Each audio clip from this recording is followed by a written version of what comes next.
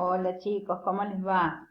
En la clase de hoy vamos a desarrollar el tema referido a la guerra con el Brasil, acaecida entre los años 1825 y 1828. Vamos a ver de qué se trata. Pero primeramente vamos a recordar qué era lo que sucedía en las Provincias Unidas del Río de la Plata allá por el 1820. Recuerden que cada provincia se gobernaba a sí misma porque no había un gobierno central desde 1820 y seguían los conflictos para imponer las ideas centralistas por un lado, o unitarias, y las federales. Y obviamente todavía no se contaba con una constitución nacional. En Buenos Aires, el gobernador, entre los años 1821 y 1824, era Martín Rodríguez, y durante su gobierno renació por un tiempo la tranquilidad. Y esto se debía a que en 1822 se había firmado el Tratado del Cuadrilátero entre las provincias de Corrientes, Entre Ríos, Santa Fe y Buenos Aires, que aseguraban esa paz debido a que permitían la libre navegación por los ríos interiores y además era un pacto ofensivo-defensivo ante cualquier ataque extranjero. Esa tranquilidad le permitió al gobernador Rodríguez llevar a cabo una serie de reformas muy importantes que estuvieron, la llevaron a cabo su ministro de gobierno, que fue Rivadavia. Entre esos actos de gobierno está la creación de la Universidad de Buenos Aires, la Sociedad de Beneficencia, el Banco de Descuentos, que posteriormente se va a llamar Banco Provincia de Buenos Aires, se suprimen los cabildos, pero también hay otras cuestiones que no son tan agradables, como que empieza la deuda externa, ya que Rivadavia solicita el primer crédito a un banco inglés supuestamente para crear redes de agua potable, un puerto y fundar ciudades, pero no se hizo nada de ello, y esa deuda, de la cual recibieron mucho menos dinero de que el que fue solicitado, tardaron 80 años en poder devolverlo. Para que se le preste ese dinero, tuvo que poner las tierras del Estado como garantía. Por eso va a prohibir la venta de dichas tierras. También, por su lado, por otra parte, Rivadavia va preparando el terreno político para la sanción de una nueva constitución centralista o unitaria, porque, bueno, él era de esa tendencia. Rodríguez, el gobernador Martín Rodríguez, entonces termina su mandato y lo va a suceder Gregorio Las Heras, que era un general que había luchado con San Martín. Bien, esta es una fecha muy importante, el 16 de diciembre de 1824, porque se va a reunir un Congreso Constituyente, ese que alentaba Rivadavia, que les nombré anteriormente. Lo primero que va a sancionar es una ley llamada Fundamental, en donde establecía que las provincias iban a gobernar por sus propias leyes hasta que se sancionara una Constitución Nacional que fuera aprobada por todas las provincias. Y mientras tanto se le daba provisoriamente el poder ejecutivo, el manejo del poder ejecutivo, al gobernador de Buenos Aires. Pero con el paso del tiempo, ese Congreso se va a tornar cada vez más centralista o unitario, lo que va a generar nuevos conflictos, y ya vamos a ver en qué termina toda esta situación. Bien, por otro lado, ¿qué pasaba en Brasil? Porque la guerra va a ser con Brasil. A ver, ¿cuál era la situación? En 1816, Brasil va a ocupar la banda oriental, lo que hoy es Uruguay. La llama provincia cisplatina, ¿sí? Bien, Brasil todavía era una colonia portuguesa en ese entonces y se apropia de ese territorio de la banda oriental. En 1822, cuando Brasil declara su independencia de la corte de Portugal o la corte lusitana, sigue sosteniendo esa posesión del territorio de la banda oriental. ¿Qué pasa entonces en la banda oriental? Justamente, como les decía recién, Brasil va a retener el control sobre la banda oriental, y los orientales no se van a quedar de brazos cruzados. Los orientales, cuando me refiero a los orientales, me estoy hablando de los actuales uruguayos, ¿no?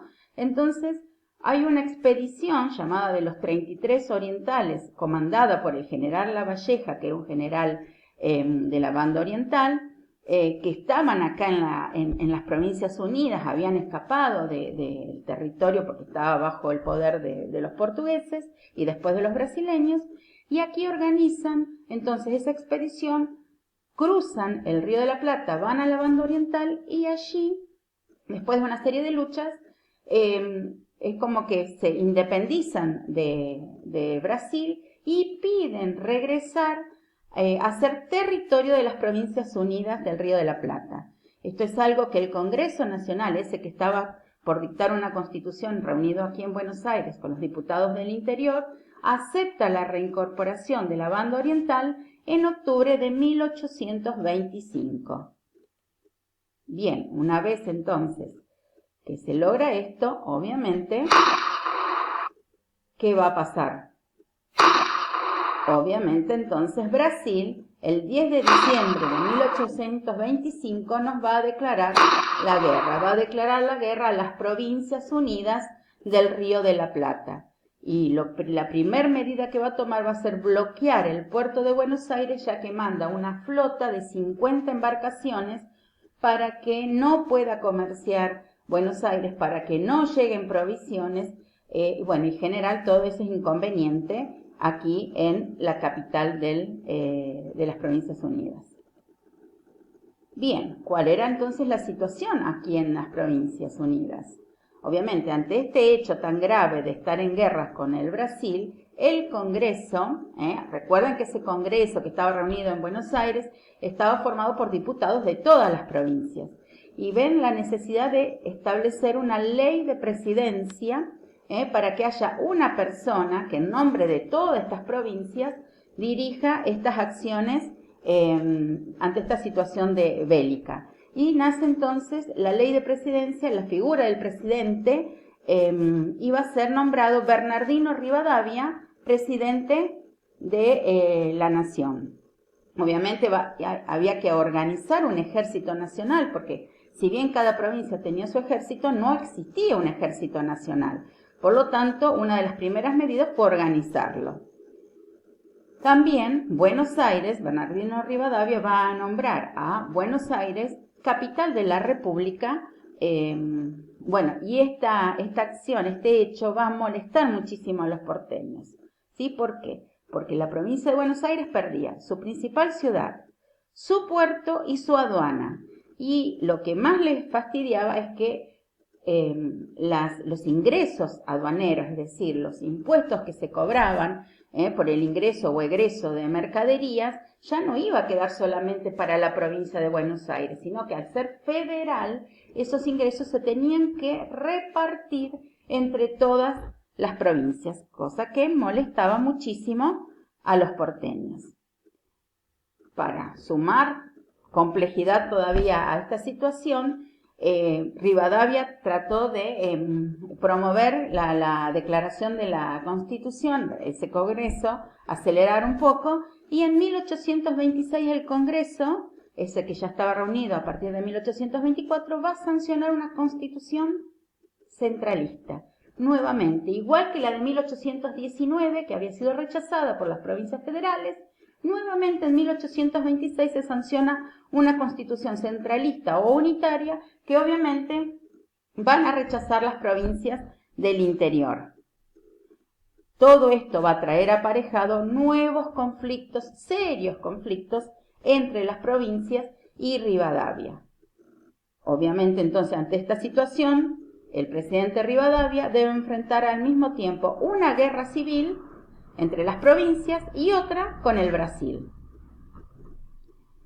Bien, esta guerra va a durar, como dije al principio, 3 años, desde 1825 a 1828, una guerra que va a ser ganada en el campo de batalla. En la parte marítima va a estar comandada por el almirante Guillermo Brown, que va a tener combates como el combate de los Pozos o Juncal, entre otros tantos, donde realmente pulveriza a la armada brasileña y así, y eso que contaba con menos buques que los brasileños, sin embargo, triunfa. Lo mismo en la parte terrestre, el ejército que se movilizaba por tierra también logra vencer a los brasileños, al ejército de Brasil, y sobre todo en la batalla de Ituzaingó logra una victoria contundente.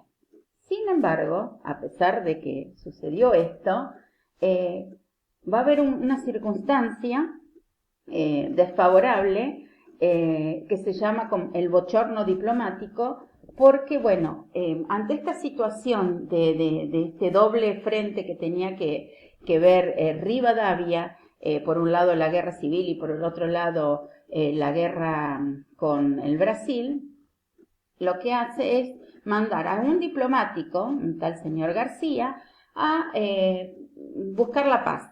Y para eso este señor firma un acuerdo de paz terriblemente bochornoso, en donde reconoce la soberanía de Brasil sobre la banda oriental.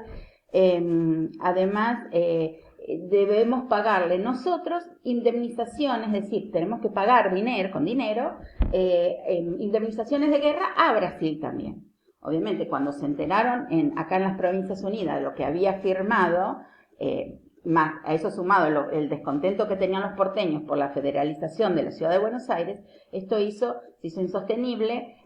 Obviamente ese acuerdo nunca entró en vigencia porque se rechazó aquí, y Rivadavia no le quedó otra que renunciar al cargo de presidente, y ese cargo desaparece, ya no hay más, y volvemos otra vez a cada provincia con su gobernador, y ya no hay ninguna figura central en el territorio de las Provincias Unidas. Bien, con esa renuncia de Rivadavia, del presidente, que solamente estuvo un año en el gobierno, y bueno, y hizo, la verdad que causó bastantes problemas su paso por ese gobierno, en Buenos Aires lo nombran a un señor que era muy querido, que era Manuel Dorrego, federal él, de ideas federales, muy reconocido por todos. Y Dorrego quiso proseguir con la guerra porque, bueno, se estaba ganando en el campo de batalla, es una guerra que se ganó.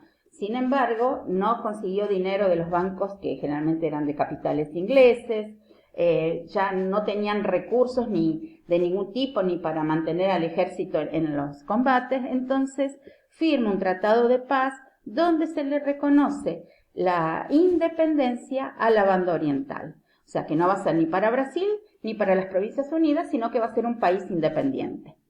Eso generaba también que Brasil pudiera, que era lo que quería también Brasil, tener un lugar para navegar, porque también se acuerda eso en este pacto, que por 15 años podían navegar libremente por el Río de la Plata, que era lo que quería Brasil. Obviamente este tratado, que ya les digo, Dorrego no quería, pero bueno, estuvo obligado por las circunstancias, hizo que los generales que estaban en la guerra volvieran a Buenos Aires, lo tomaran prisionero de Dorrego y lo fusilan, lo asesinan. Bien, esto obviamente va a causar otra vez nuevas y largas y crueles guerras civiles entre las provincias, y la aparición, que ya vamos a ver más adelante también, de Juan Manuel de Rosas en la escena política. Bien, amores, hasta aquí llegamos hoy. Les mando un beso enorme, enorme, y les digo, como siempre, hasta la próxima. Chao, adiós.